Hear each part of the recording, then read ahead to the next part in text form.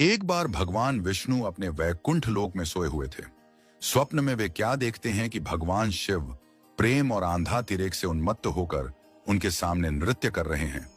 उन्हें देखकर भगवान विष्णु हर्ष से गदगद हो सहसा शैया पर बैठ गए और कुछ देर तक ध्यानस्थ बैठे रहे।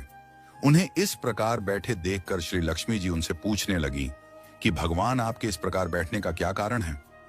भगवान ने कुछ देर तक प्रश्न का कोई उत्तर न दे आनंद में निमग्न चुपचाप बैठे रहे। अंत में उन्होंने गदगद कंठ से बताया कि अभी अभी स्वप्न में मैंने भगवान श्री महेश्वर का दर्शन किया है। उनकी छवि ऐसी अपूर्व, आनंदमय एवं मनोहर थी कि देखते ही बनती थी। मालूम होता है शंकर ने मुझे स्मरण किया है। अहो भाग्य, चलो कैलाश चलकर हम लोग महादेव के दर्शन करें। यह कहकर दोनों कैलाश की ओर चल दिए। मुश्किल से आधी दूर गए होंगे कि क्या देखते हैं, भगवान शंकर स्वयं गिरिजा जी के साथ उनकी ओर चले आ रहे हैं। अब भगवान के आनंद का क्या ठिकाना, मानो घर बैठे निधि मिल गई। पास आते ही दोनों परस्पर बड़े प्रेम से मिले। प्रेम आनंदाश्रु बहाने लगे और शरीर पुलकायमान हो गया। दोनों ही एक दूसरे से लिपटे हुए कुछ देर मुंह कौद खड़े रहे।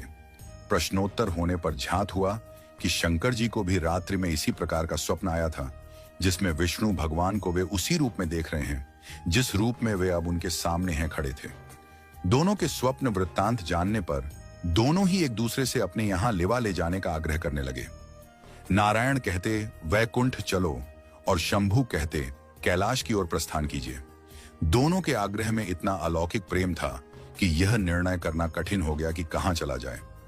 अंत में यह तय हुआ कि भगवती उमा जो कह दे वही ठीक है। भगवे उमा तो पहले तो कुछ देर चुप रही। अंत में वे दोनों को लक्ष्य करके बोली, हे नाथ, हे नारायण, आप लोगों के निश्चल, अनन्य एवं अलौकिक प्रेम को देखकर तो यही लगता है कि आपके निवास अलग अलग नहीं हैं। जो कैलाश है वही वैकुंठ है और जो वैकुंठ है वही कैलाश है। केवल नाम ही भेद है।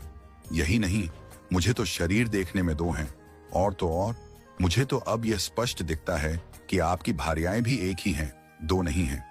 जो मैं हूं वही लक्ष्मी है और जो लक्ष्मी है वही मैं हूं। केवल इतना ही नहीं, मेरी अब यह दृढ़ धारणा हो गई है कि आप लोगों में से एक के प्रति जो द्वेष करता है वह मानो दूसरे के प्रति ही करता है।